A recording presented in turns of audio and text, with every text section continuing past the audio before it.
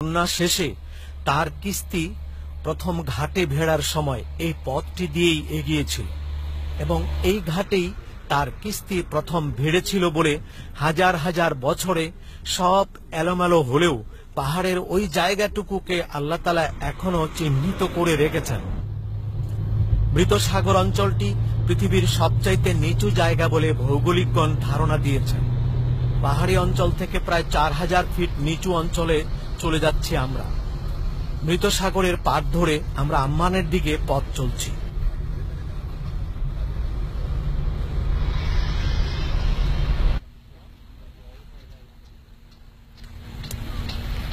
প্রায় 100 কিলোমিটার লম্বা এই মৃত সাগরটি হযরতে ইব্রাহিম আলাইহিস সালাতু ওয়াস সালামের ভাগ্নে হযরতে লূত আলাইহিস সালাতু ওয়াস সালামের পূর্বে এই এলাকার অন্যান্য পাহাড়ি অঞ্চলের মতোই উঁচু ছিল।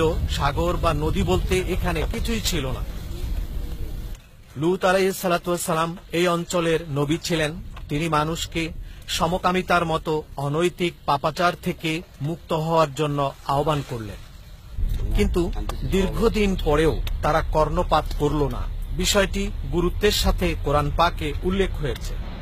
অবশেষে হযরতে লূত আলাইহিস সালাতু ওয়াস সালামকে সপরিবারে আল্লাহ তাআলা ওই স্থান ত্যাগ করার জন্য নির্দেশ দিলেন।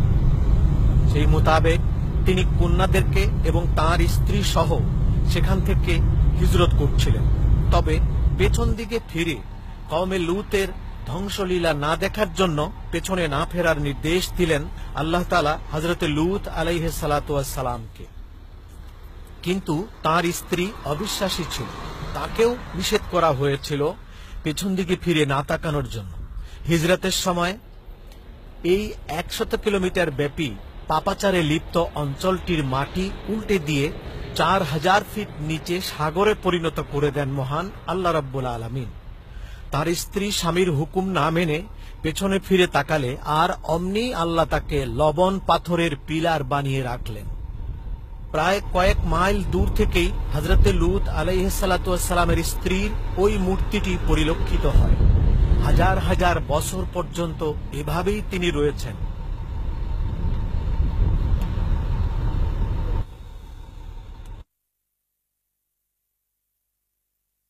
শুধু তাই নয়, বরং নবীর সঙ্গে বেয়াদবি ও আল্লাহর হুকুম অমান্য করার পরিণতি হিসেবে এভাবেই স্মৃতি স্তম্ভ করে রাখবেন আল্লাহ পাক তাকে কিয়ামত পর্যন্ত।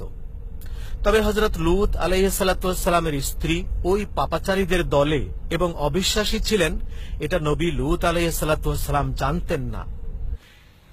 এটাই যে সেই গজবের সাগর তা উপলব্ধি করার জন্য এই মৃত সাগরে মহান আল্লাহ তাআলা অন্তত একটি কুদরত রেখে দিয়েছেন, আর তা হলো এই সাগরে শত চেষ্টা করেও কেউ ডুবে থাকতে পারে না, সবাই সেখানে ভেসে থাকে।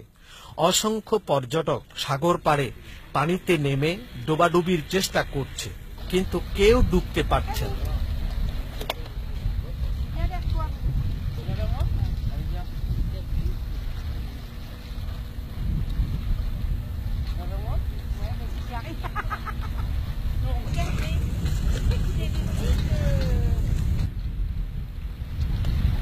বিজ্ঞান যদিও বলেছে ভিন্ন কথা, সেটাও খোদার কুদরতি বটে। দুঃখজনক হলেও সত্য যে ওই সমকামিতার মতো ঘৃণিত পাপাচারকে বৈধতা এবং বিশ্বে ছড়াবার চেষ্টা করছে তথাকথিত পশ্চিমা সভ্য দেশগুলোর কেউ কেউ। পবিত্র কোরআনে আল্লাহ পাক এহেন সমাজ বিধ্বংসী কাজের কঠিন শাস্তির কথা উল্লেখ করেছেন।